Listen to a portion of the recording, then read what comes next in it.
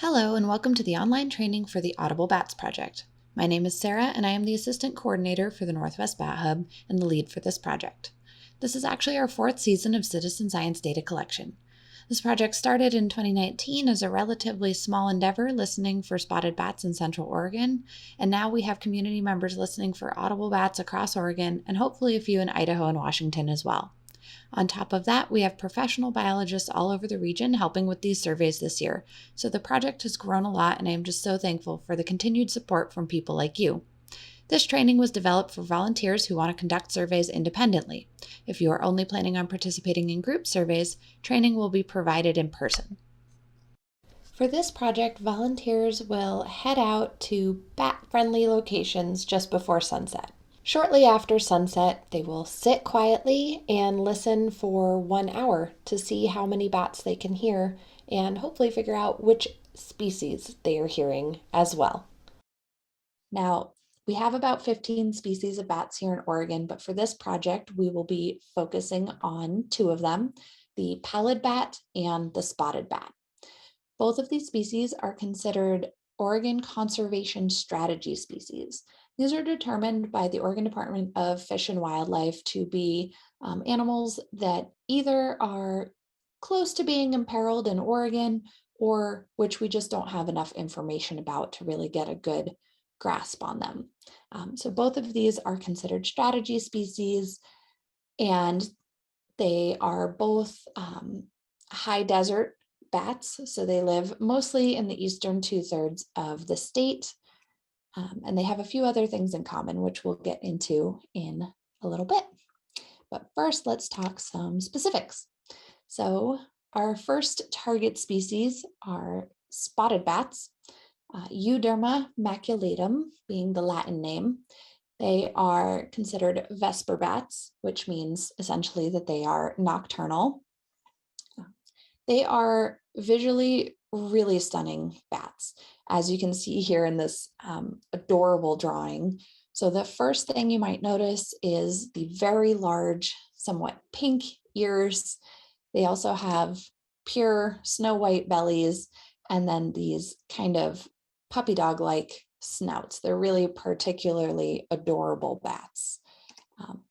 And on the back, we can see the spots for which they get their name. They also have this long tail, which is connected to their hind legs by a piece of skin called the uropatagium, which helps them in flight and navigation. Spotted bats are, when it comes to like saying what their range is, it's kind of tricky. The maps are all very, very general, and this comes from the difficulty we have in monitoring spotted bats. We actually didn't think we had spotted bats in Oregon until the 1970s, and up until the early 2000s, we thought they were incredibly rare in the state. And we have been learning, partly through the first 2 years of this project, that there are actually a few more spotted bats around than we originally thought. Our second species that we're focusing on is the pallid bat, Antrozoa pallidus. They are, again, vesper bats. They are also pretty unique looking. While a lot of bats are darker colors, pallid bats, as the name implies, are pale.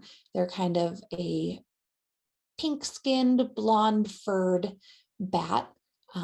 They also specialize in eating larger insects and invertebrates. They'll actually feed on scorpions and grasshoppers. They will swoop down and grab insects off the ground. It's their preferred method of hunting. And sometimes they'll even crawl on the ground to snag prey. They're pretty unique and impressive. And being that they like large, tough prey, they have those big, intimidating teeth inside that very smiley face. As you can see, they've got one of those little kind of pig noses. Again, we've got big ears and that very light blonde belly.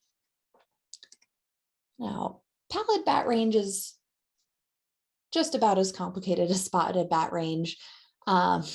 You'll find conflicting maps, but if you can see the blown up map of Oregon here, this is where we expect to find pallid bats. These are the areas that have the habitat qualities that we believe they need. Pallid bats are more like our other species of bat in that they do actually echolocate in ultrasound. So we generally cannot hear their echolocation calls. And as such, our equipment has picked them up in a lot more places than it has the spotted bats. But what's interesting about pallids is that they will change the sound they make when they are in what we call maternity colonies. So pallid bat mothers will get together in a large group to give birth and raise their pups as kind of a community. And it has been found that as they are entering and exiting these maternity colonies, they're actually making these really low frequency noises that are audible to the human ear. And we believe it's a way for the bats to communicate with one another. These are called social calls. So with regards to this project, if you hear pallid bats, then we will know that you've actually found a maternity colony, which is really important information for a conservation strategy species. We like to know where they are giving birth and rearing their pups, and those are really good places for land managers to protect in the future. It's really important. So, as I've discussed, both of these bats make unique noises. So the spotted bat is echolocating at that lower frequency. And I'm going to play one of those calls for you right now.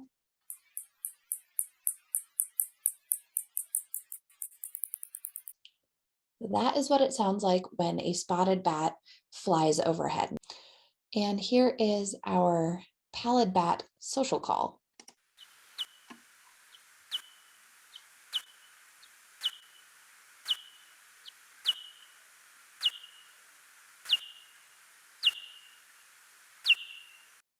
So those are the two noises that you will be listening for as you go out and do your surveys.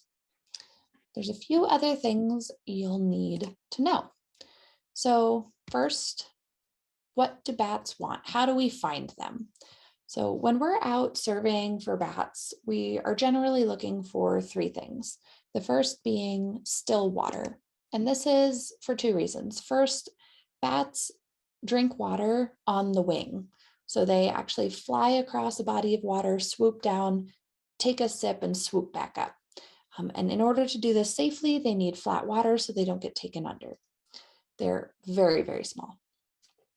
They also like to hunt over water bodies a lot of the time because that's where insects hang out.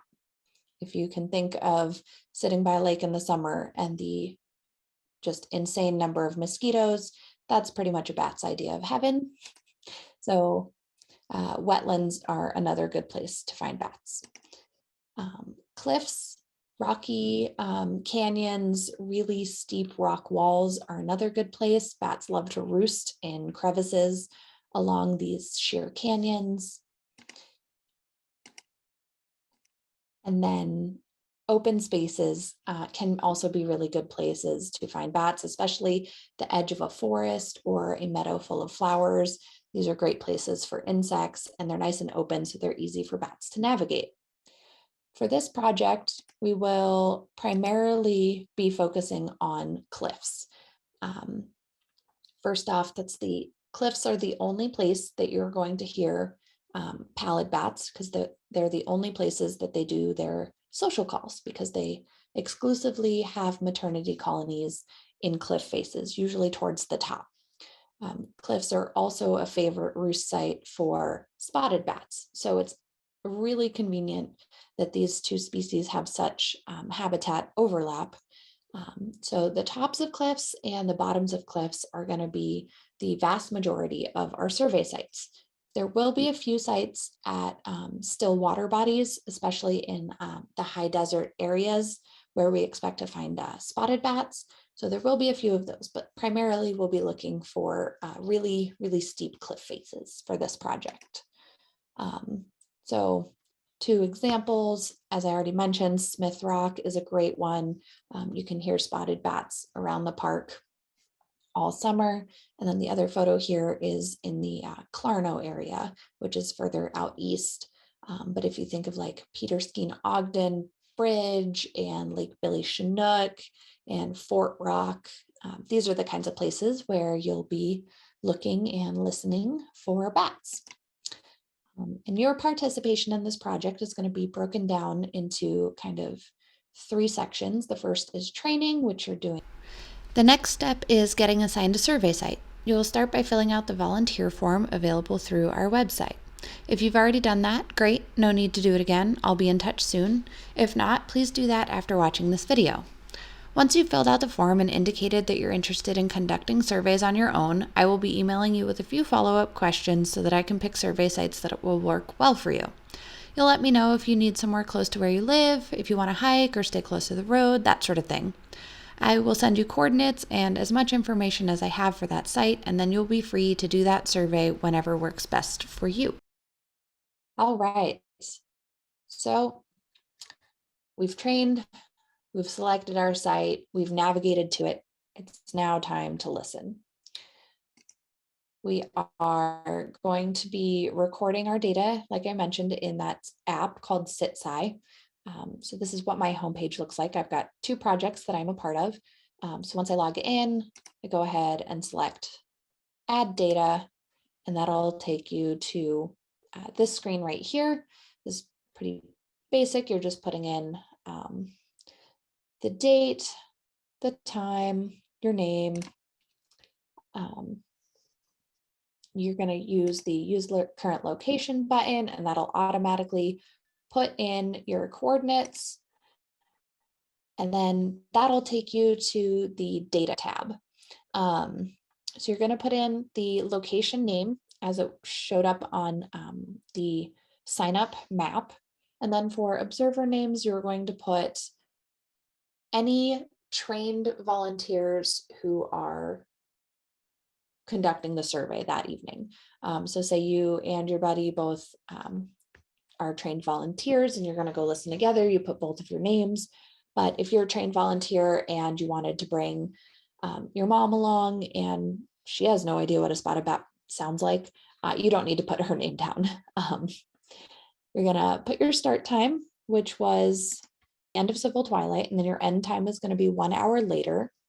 And then you're going to put your detection target, and then you'll scroll down and that'll take you to the species section. So you'll have a little drop down. You select the species of bat that you hear. Again, you'll only hear pallid bats if you are by cliffs, and you'll hear spotted bats in a greater variety of locations. And if you're not sure which bat you're hearing, you can go ahead and make a note about that in the notes section. You select your species, and then you're going to input the number of individuals. The vast majority of the time, the number of individuals is going to be 1. The only time I want you to put 2 or more is if you can very simultaneously and very distinctly hear 2 individuals on opposite sides of you. Bats can fly pretty fast and it can seem like there's a bunch of them, especially if they fly in circles. So unless you're hearing them simultaneously in different directions, just go ahead and put 1. And then you'll go ahead and put the observation time. So the time that you first started hearing the bat. Once you've input your first observation, you go ahead and click on this plus, and that will create another field in which to put your next observation. And here we select spotted bat, we have 1 individual, and we put the time. This is what a typical observation will look like. You'll probably be hearing more spotted bats than pallid bats. Because they're always echolocating at that low frequency, they're a little bit easier to find this way. Once you are done with your survey for the night, you're going to go ahead and scroll to the very bottom and click Save. And that will take you to this screen. So at this point, you're going to want to tap Go to Upload, and it will take you to this page here.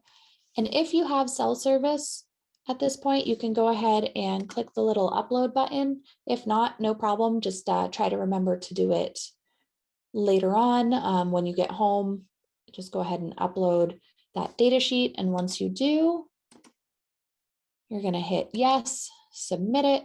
And once you do that, I'll be able to see that data. And if I notice that you've signed up for some surveys and haven't submitted your data, I can always go ahead and remind you to do that. So not a ton of pressure there. I'll be keeping an eye on things. Before I finish up, there's one really important thing that I want to mention. And it's one of the lessons that's really hard for anyone in the wildlife or natural resources field to learn, but it's also really important. And that is that not finding your target species is just as important as finding it. So if you're hearing things and it doesn't seem like they're actually the bats that you're looking for, but you really wanted to find some, it's okay to just leave that as 0. You can finish a survey and not have heard anything. And that's really important data for us to have. So don't feel bad about it. Don't feel like you're failing or like you're not trying hard enough. We need to know where the bats aren't just as much as we need to know where they are. So just please keep that in mind as you go through your surveys. And again, just thank you all so much. We at the Bat Hub cannot tell you how much we appreciate all the effort that our volunteers have put in for us in the past and how much we know they're going to do this season and hopefully in seasons to come. This is incredibly important information for all of the wildlife and land managers in Oregon. And so we all really, really appreciate you guys. And with that, we're going to wrap up with a few more bat calls.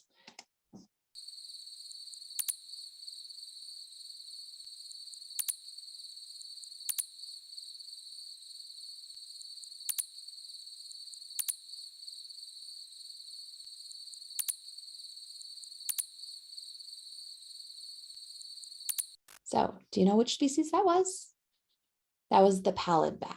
That was a pallid bat social call. And there were a few different kind of sounds in there. You can rewatch these. I'll have more videos available on the YouTube channel as well. So you can familiarize yourselves a little more. Here is a spotted bat call.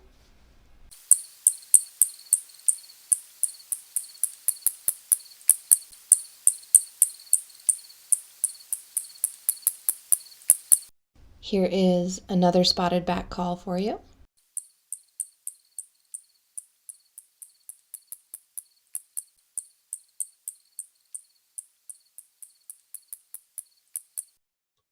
Well, thank you so much, everyone. Let me know if you have any questions whatsoever, or if you just want to chat bats.